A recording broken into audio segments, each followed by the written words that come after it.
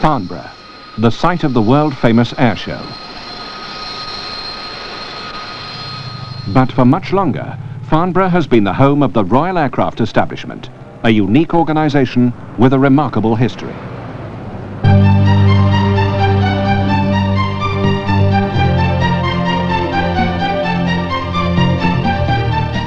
Today, the Royal Aircraft Establishment is acknowledged as one of the world's foremost aerospace research centres.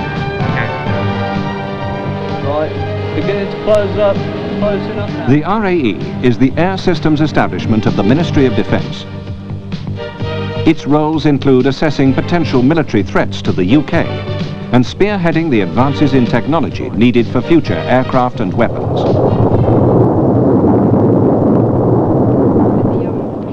Many of Britain's leading aerospace engineers and scientists work here and at other RAE sites across the country. The establishment also undertakes civil aerospace research on behalf of the Department of Trade and Industry and for the British aerospace industries. As with any successful organisation, its strength lies in the dedication and skills of its people. And a Reynolds number of 4 million per foot. Pitching. Will The expertise of the RAE's scientific and engineering staff covers a wide range of technological disciplines. The RAE has facilities at several locations across the country. At Bedford, there is a range of wind tunnels, including those for testing aircraft designs and guided missiles at supersonic speeds. There is also a fully operational airfield for all types of flight test work.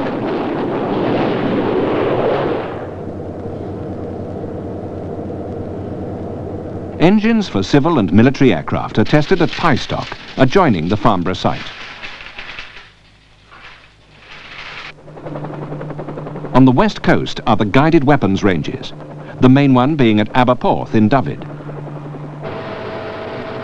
At Farnborough and Bedford, a wide range of flight simulators are used to carry out research into aircraft control systems and cockpit environments. The RAE has been associated with most of the important advances in aviation.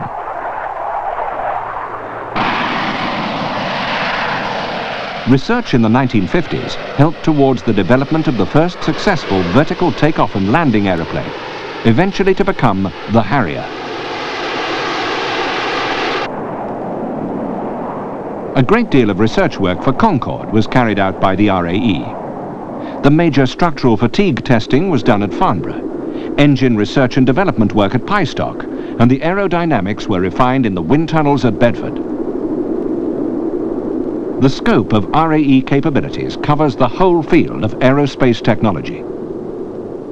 Research work is underway on a new generation of combat aircraft for the year 2000 and beyond. Okay, Terry, I think we can take data. As in the past, the RAE's role will be to work in partnership with industry to take this next important step in aerospace technology. Plus 10 degrees coming up. At Farnborough, Pystock, Bedford and other sites across the country, teams of RAE researchers and technicians are working towards this goal. 1707. The whole approach to modern combat fighters is changing. In the past, the aim has been to design stable aircraft. But new technologies allow aerodynamically unstable aircraft to be flown, offering major performance improvements. The new unstable designs mean that aircraft can be smaller, cheaper, and yet have a better performance. Or a canard to trim with. This has both, which should offer greater manoeuvrability in a flight regime. Combat aircraft also have to be highly maneuverable. Motorized and can be... The key to good maneuverability at combat speeds is the canard. This small extra wing controls and enhances the airflow over the main wing during extreme maneuvers. Together with the airborne computer, the canard has led to a breakthrough in combat aircraft design. Using a Cray, one of the new generation of supercomputers, it is now possible to calculate the flow field around a complex aircraft shape and to predict the performance on paper before committing a design to the hardware stage. This enables many more designs to be evaluated before one is selected for development. At Farnborough, they're running programs which are capable of visualizing the behavior of particles of air as they flow around the surface of the aircraft.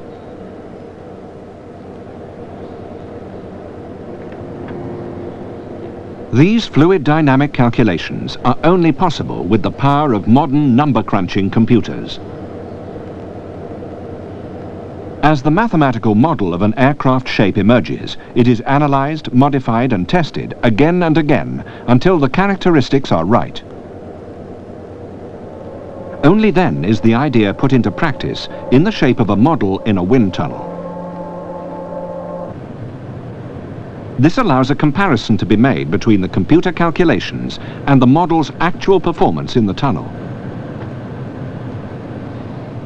If the computer results are confirmed, further improvements can be attempted, again on the computer, without the need for further expensive wind tunnel tests. These are the techniques RAE scientists are using as they probe the limitations of each new concept. Increased aerodynamic performance goes hand in hand with jet engine technology.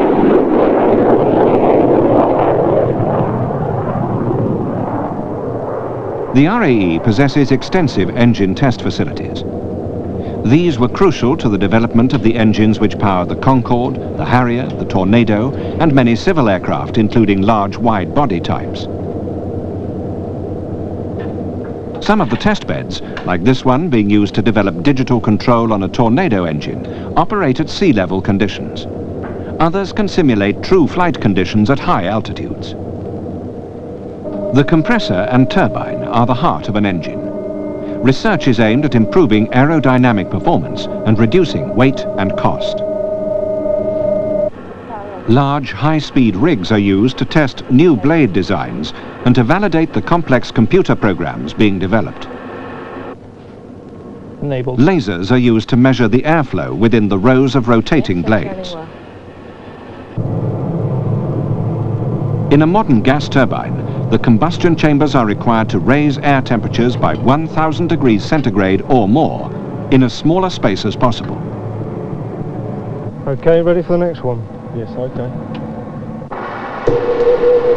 Good light. This is the field of reaction kinetics, the analysis of heat and mass transfer processes within the flame.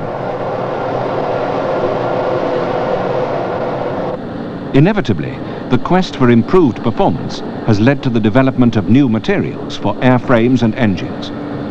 It has been known for a long time that the addition of lithium to aluminium would result in a lighter and stiffer alloy. But there were major metallurgical problems. A new alloy, known as 8090, which overcomes these difficulties, has been developed by the RAE at Farnborough. It's being produced by Alcan for use by the aircraft industry in the UK and overseas. The new alloy is being evaluated in the EAP aircraft and in the United States in the F-15 short takeoff and landing demonstrator, and will be used on future military and civil aircraft. Carbon fibre was invented by RAE scientists. Its use to reinforce plastic resins was first demonstrated at Farnborough. The new material is more rigid than steel, but only a quarter of its weight.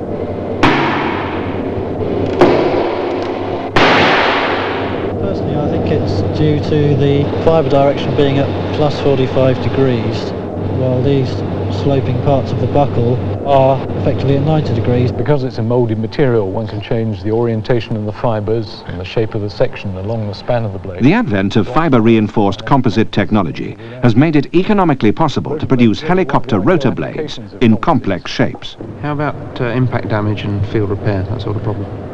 I think they should be proof against many of the problems we had with metal blades.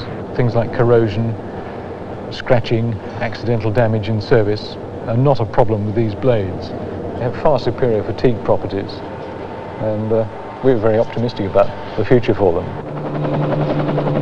The RAE and Westland helicopters worked closely together on the British experimental rotor program to produce a radically new blade design. Wind tunnel tests confirmed the great increase in lift predicted by theory. Westlands fitted the improved blades to a Lynx and recaptured the world helicopter speed record in 1986. The new EH-101, now on order for the Navy and the RAF, makes its maiden flight using the new rotor technology. Carbon fibre is employed extensively in the wing and tailplane of the latest version of the Harrier, which is in service with the RAF and the US Marine Corps. The Royal Aircraft Establishment and NASA are working closely together to move on to the next generation of this type of aircraft.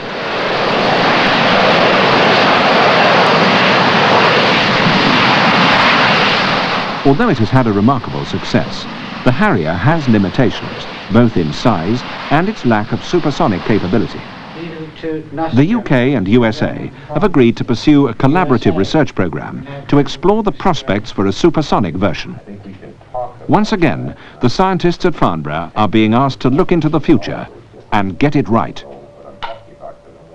These design concepts are candidates for further development. Work being done at RAE will be important in the final choice. Engine configuration has a significant impact on the aircraft's aerodynamics. Each of these options is an attempt to address the fundamental problem of combining efficient lift with an advanced supersonic airframe. As technology advances, conventional methods of aircraft control are no longer adequate. The pilot's job is simply becoming too complicated without the aid of a computer. The RAE's large motion simulator at Bedford.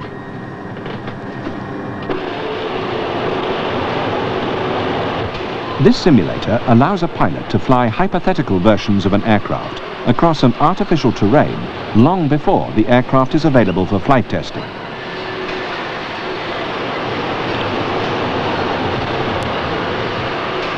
A computer program contains the aerodynamic characteristics. The aim of the simulator is to enable the RAE researchers to develop the computer-assisted control system for an aircraft.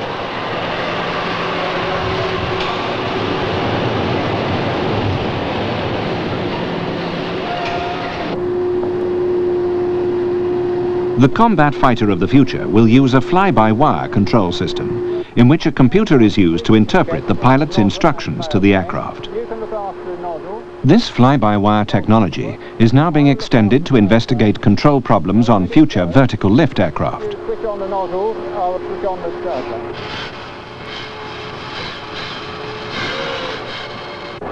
At RAE Bedford, the control system of this twin-cockpit experimental Harrier has been totally modified. Fine. And again. In the front cockpit, there are conventional controls as a safety backup. But the rear pilot has both types. He can switch from conventional control to computer at the touch of a button. Could you put the charge on, please? Yeah. The combat pilot has to cope with enormous stresses from vibration, noise, and high G-forces. About 30 seconds, are you ready? Hang on a sec, let me check.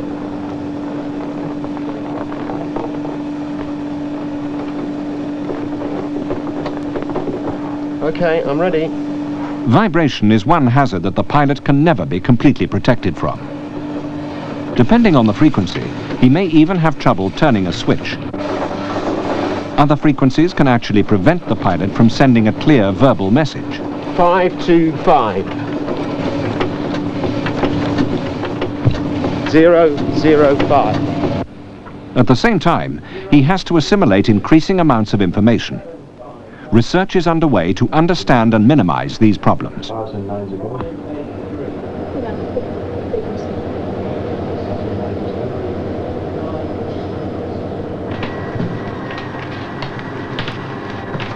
Research into cockpit instrumentation and the development of combat techniques are carried out in a simulator which presents an artificial landscape over which the pilot can fly his imaginary aircraft. Okay, turning on to heading. In this case, the mission is a low-level attack on a group of enemy tanks. Steering marker moving to the centre. Low-level ground attack is one of the most difficult roles for the modern aircraft. The approach to the target is as low as possible to avoid radar detection and exposure to enemy fire. A miniature landscape terrain is traversed by a video camera attached to a periscope. When the video signal is presented optically through the windscreen, the pilot gets a remarkably realistic impression of low-level flight. The simulator copies exactly the pilot's commands at the controls. Targets are there.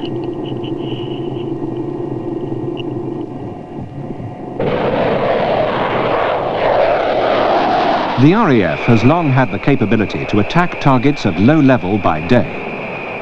One of the most important developments in the fast jet cockpit has been the use of infrared sensors to fly at low level and find targets at night. This has given the Air Force a major step forward in fast jet capability. These scenes were recorded on a dark winter's night on an RAE test aircraft flying low over mountains and valleys. Usually, these systems only look straight ahead, but now, work at RAE has resulted in a night vision system for helicopters with a much wider viewing capability. A tracking device above the pilot's head ensures that the thermal image camera points in the direction in which he wants to look, an important plus for a night-flying helicopter.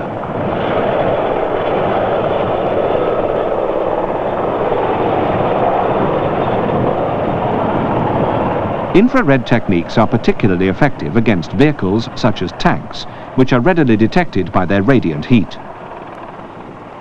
This work shows how RAE research is helping the services to operate their aircraft as effectively at night as in daytime.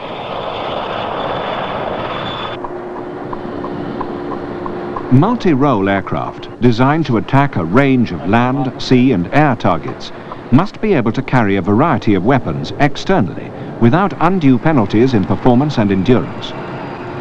Wind tunnel analysis will reveal any unusual interference in the airflow around the aircraft.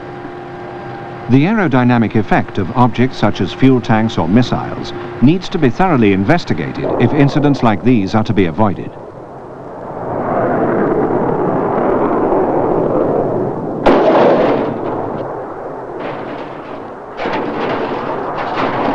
A tornado releases a cluster of bomblets specially designed to cause severe damage to the concrete surface of an enemy runway. Such bomblets are unguided. But newer technology employing miniature seekers is now leading to a generation of smart bomblets which are able to seek out targets such as tanks. Do you think you can sketch out a few wing designs and try those out for me? certainly. Okay. At Farnborough, the technique of target identification using infrared imaging and artificial intelligence programs is progressing rapidly. This infrared image, recorded from a practice low-level attack, shows tanks, armoured personnel carriers and some civilian traffic. It is becoming increasingly possible for the seeker on the missile head to not only identify the target, but also the most vulnerable point to attack. In air battles, aircraft need to retain high performance even though carrying missiles, and the missiles themselves must be compact, agile and precision guided. This highly complex computer model of an air battle is helping RAE scientists to discover the right balance of characteristics needed for future combat aircraft.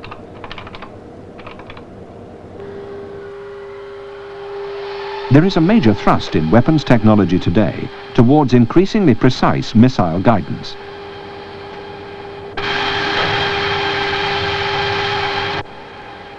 Rigs like this are used to assess the tracking accuracy of seeker systems while undergoing the extreme maneuvers made by guided weapons. With increasing precision, it's likely that explosive missile warheads may become unnecessary. This is known as the hit-ile concept.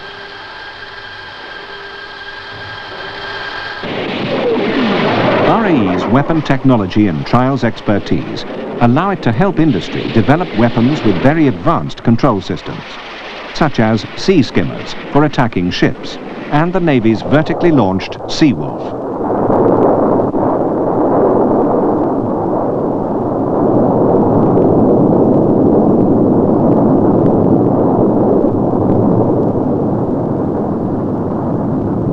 Seawolf, here being test-fired at RAE's Aberporth range, was developed by British Aerospace for short-range ship defence.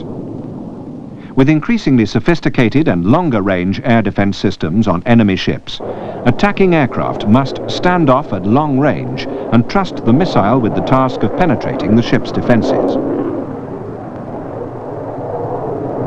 Sea Eagle, an anti-ship missile.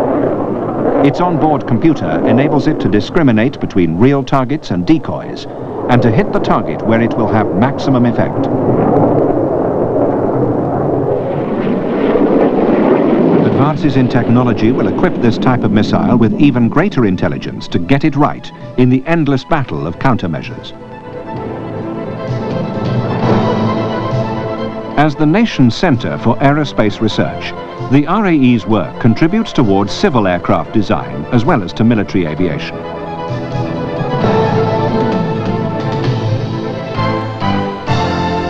The establishment's expertise and facilities are regularly called for in the multinational programme on the European Airbus series of civil aircraft.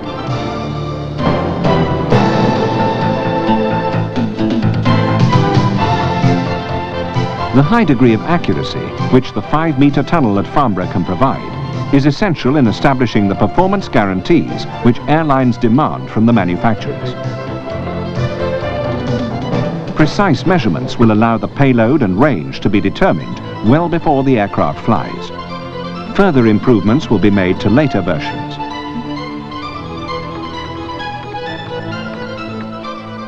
Equally important are measurements of engine performance and fuel consumption under realistic conditions in the altitude test cells at Pystock.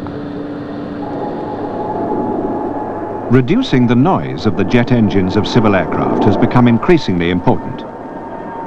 In a jet engine, part of the energy released is converted into velocity energy in the jet which emerges at high speed through the exhaust nozzle. The trouble is that it makes a lot of noise. It's caused by the hot, high-speed gases as they emerge and mix with the outside air.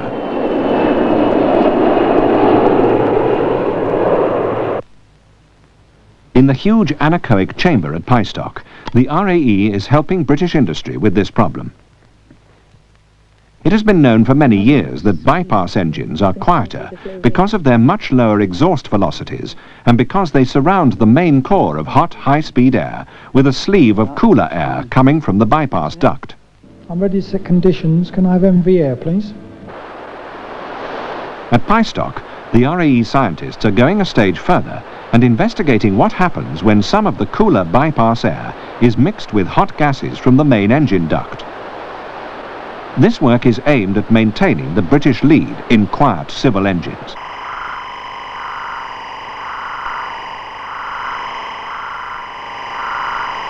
Space is becoming increasingly important for military and civil uses. The RAE is committed to research on the technology of satellites, their total systems and their operation. The National Remote Sensing Centre, the main UK satellite imaging centre, is part of RAE Farnborough. It provides satellite imagery from its computer-stored library and also carries out research into image processing and analysis.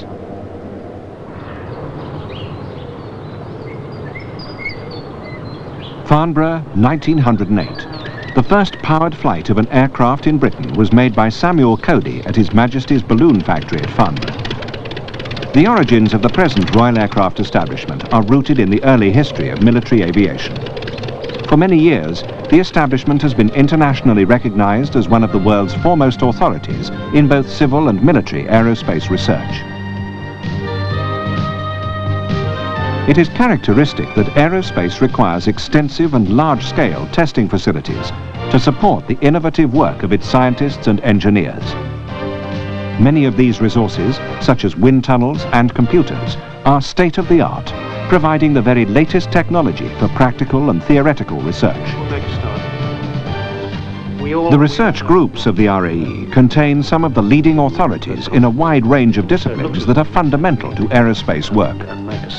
Today, the establishment's role is to continue to provide research and development for its customers in the armed services and its partners in industry.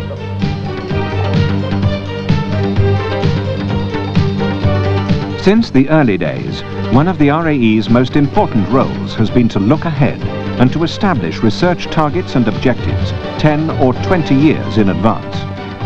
Not an easy role today in the rapidly advancing field of aerospace technology, but a role in which the RAE has an impressive record for getting it right.